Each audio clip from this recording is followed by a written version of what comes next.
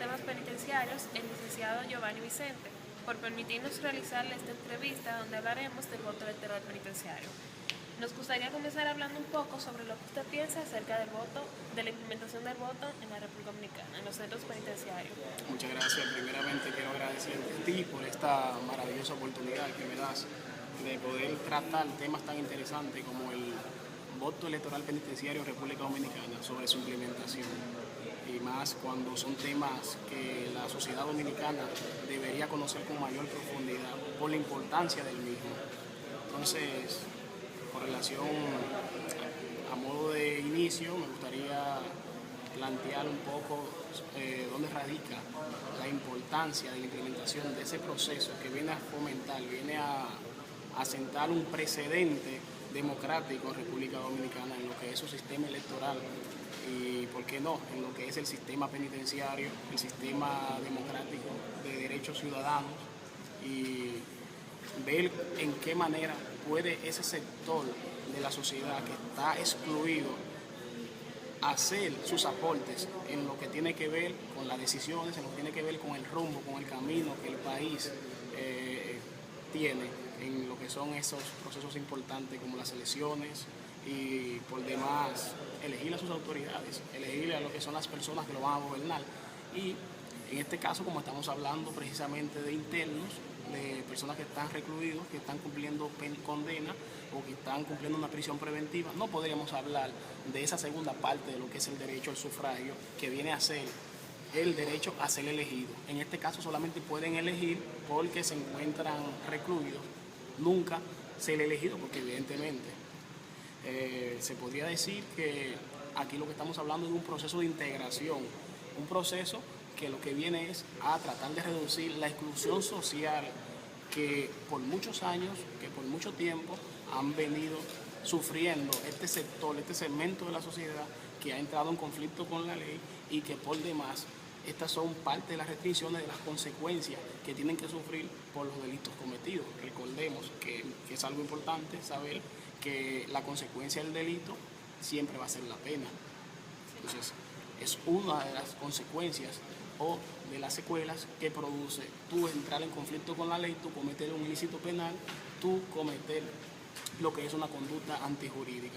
En todo caso, es muy importante también que nosotros tengamos claro que aquí lo que se busca es hacer una integración, pero al mismo tiempo hacer una clasificación de quién puede ejercer el derecho al voto. Si nosotros nos orientamos o nos sustentamos en lo que es el principio rector de la universalidad que rige a el sufragio, el derecho al voto, vamos a ver que todos tienen derecho a elegir y ser elegidos, porque es un principio fundamental, es un principio que viene a caracterizarse o a categorizarse en lo que es la universalidad del voto. En todo caso, cuando te hablo de hacer la clasificación, a lo que me refiero es que debemos saber quiénes son los que van a poder ejercer el voto, quiénes son, porque no todos podrán en ningún caso. Tenemos que tener en cuenta que hay una clasificación penitenciaria. Estamos hablando de un lado tenemos a los internos condenados, es decir, aquellos que están cumpliendo prisión, pero en otro lado tenemos a los internos que están cumpliendo una medida de coerción consistente en la prisión preventiva. Aquí de lo que estamos hablando es que es un asunto que viene a adquirir mayor importancia porque en República Dominicana es uno de los países cuya tasa de encarcelamiento hace que hoy podamos decir que hay más presos preventivos que presos condenados, porque evidentemente es un Estado que tiene que revisar algunas políticas de lo que son los lineamientos de su política criminal y tiene que revisar algunas cosas. Estamos también nosotros viviendo, estamos experimentando lo que es el Código Procesal Penal del año 2002. Evidentemente que por el poco tiempo que tiene su implementación, de su puesta en vigencia, tenemos que pasar balance y ver cuáles son los resultados para identificar cuáles puntos neurálgicos son los que están ocasionando que más personas ingresen a prisión. Si es un código muy garantista o si por el contrario es un código que viene a ser muy restrictivo a lo que son los derechos ciudadanos, especialmente en este caso el segundo bien más preciado, que es el bien de la libertad. Es menester que yo te hable un poco de ¿cuál ha sido el devenir de todo este proceso? Es en el transcurso del año 2011 que la Junta Central Electoral, la Procuraduría General de la República y otras instituciones de la sociedad civil vienen a unar esfuerzos a crear una especie de sinergia a los fines de ellos poder trabajar en un marco normativo, entiéndase un reglamento, que pueda ir en la dirección de que esos internos puedan ejercer el voto. Pero no estamos hablando de los condenados, repito, estamos hablando de los internos preventivos. Y en ese caso, entonces, procedieron en su momento a realizar una especie de levantamiento de información a modo de un censo para identificar cuáles son las personas que tienen prisión preventiva y cuáles son los que no, cuáles son los que tienen el documento de identidad electoral, es decir, la cédula, porque el que no tenga este documento evidentemente que se verá imposibilitado de poder ejercer el voto. Entonces, en ese caso, ellos trataron de hacer un padrón electoral que conste de la integración de por lo menos 3.000 internos preventivos, para que estos sean los que puedan ejercer el derecho al voto. Algo importante que pienso que reviste de mucho rigor es mencionar el aspecto de que los derechos fundamentales establecen, y más en lo que es la Constitución de la República, en su artículo 22, numeral 1, que todas las personas tienen derecho a ser elegidos, a elegir en el numeral 1, pero si te vas al numeral 2, dice que tienen derecho a ser elegidos.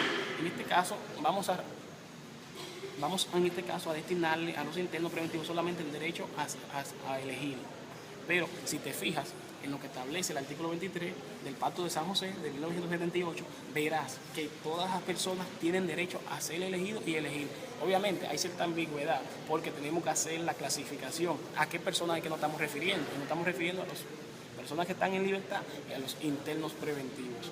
Obviamente tienes que tener en cuenta que cuando se está hablando, por ejemplo, en República Dominicana de lo que era la pena de degradación cívica, aquí lo que había era una restricción del ejercicio de derechos ciudadanos.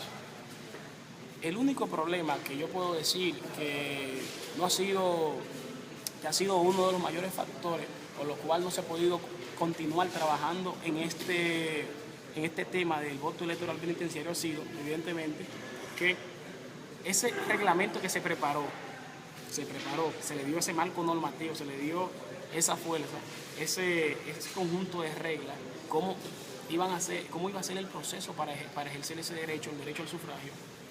Tenía dentro de los planes estratégicos de la Junta Central Electoral, más los esfuerzos de la Procuraduría General de la República, pensado implementarlo para las elecciones del 20 de mayo del 2012. Sin embargo, unos meses antes de la misma, por razones de tiempo, por razones de logística y otras causas más que ellos especificaron, no se pudo implementar para esas elecciones. En caso de haberse implementado, también tenía que hacerse un estudio de saber cuáles internos preventivos iban a estar en prisión más allá del 20 de mayo del 2012. Entonces, podríamos decir que este proyecto quedó en una especie de limbo jurídico y de limbo político, en el sentido de que un texto legal, un texto normativo, evidentemente, como viene a tratar reglas y a tratar procedimientos, viene a ser un texto jurídico, pero al mismo tiempo es un texto político, porque depende de lo que es la voluntad política de los actores claves que tienen que ver en la formulación, diseño y promulgación de ese texto. En este caso no fue este reglamento del voto electoral penitenciario aprobado, por razones que ya he mencionado. Ya que usted mencionó la degradación cívica, explíqueme, ¿cuál es la relación que usted le ve a la degradación cívica con respecto al tema? Lo importante es que degradación, como su nombre lo dice, es degradar, es disminuir, es restringir. Y entonces, como es degradar, aquí se está hablando de que se te están restringiendo ciertos derechos que tú como ciudadano debes ejercer.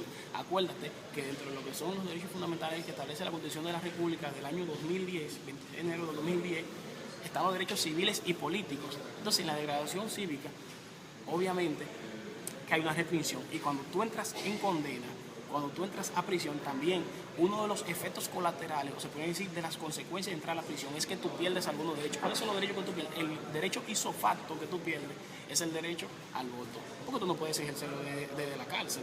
También no puedes ser elegido desde la cárcel, en ningún caso, nunca lo vas a hacer. Entonces, la relación estrecha que existe entre estas dos figuras jurídicas, una política que es el voto y otra meramente jurídica que es la degradación y ciudadana, es que hay una restricción.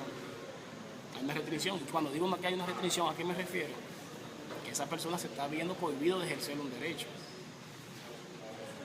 como ciudadano y ciudadana.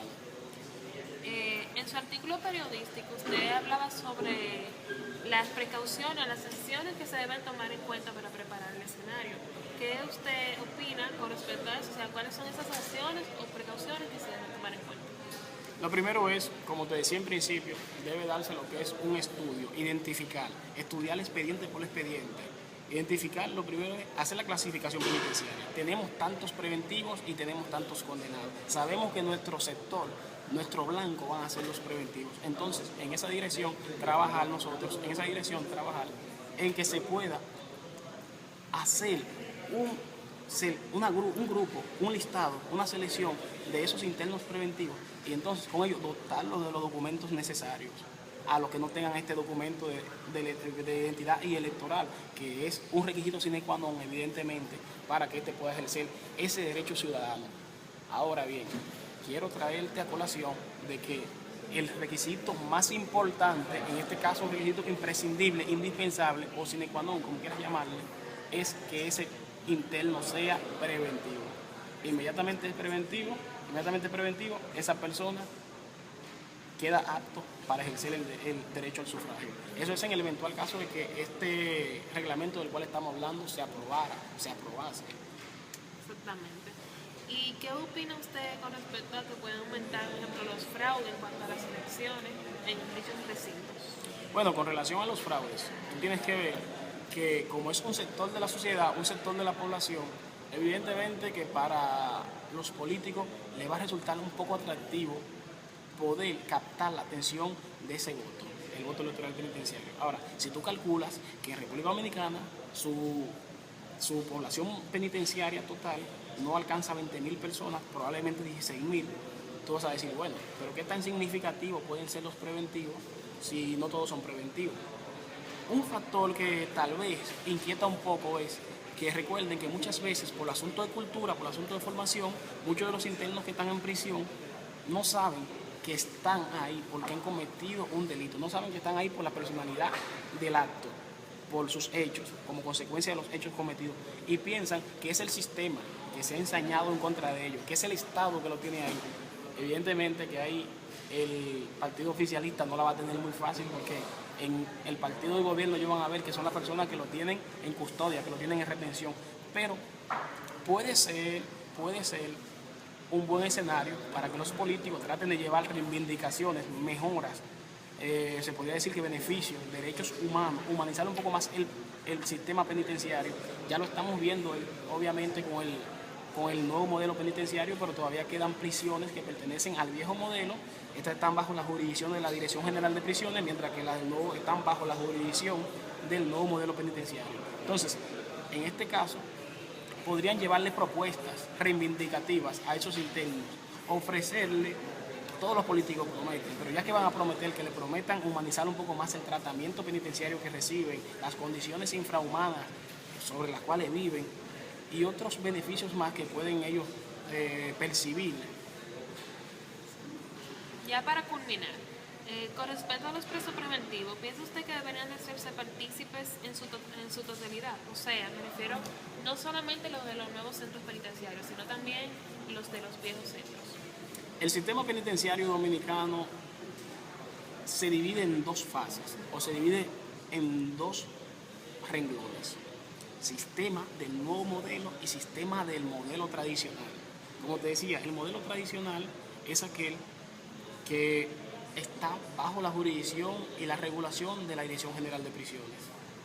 El nuevo modelo está bajo la dirección de la gestión del nuevo modelo, pero lo que se estila, lo que se tiene planeado es que de manera progresiva el viejo modelo vaya pasando al nuevo y llegará un momento que el modelo tradicional no existirá porque desaparecerá y tendremos entonces la sincronía, la unificación del modelo penitenciario. La República Dominicana tendrá un nuevo modelo penitenciario que va a ser ejemplo, como lo está haciendo ya para todo el mundo, y ha recibido, por demás decir, que ha recibido muchísimos reconocimientos de organismos internacionales y de instituciones importantes que han venido a reconocer y a ver las buenas prácticas, a ver la experiencia dominicana.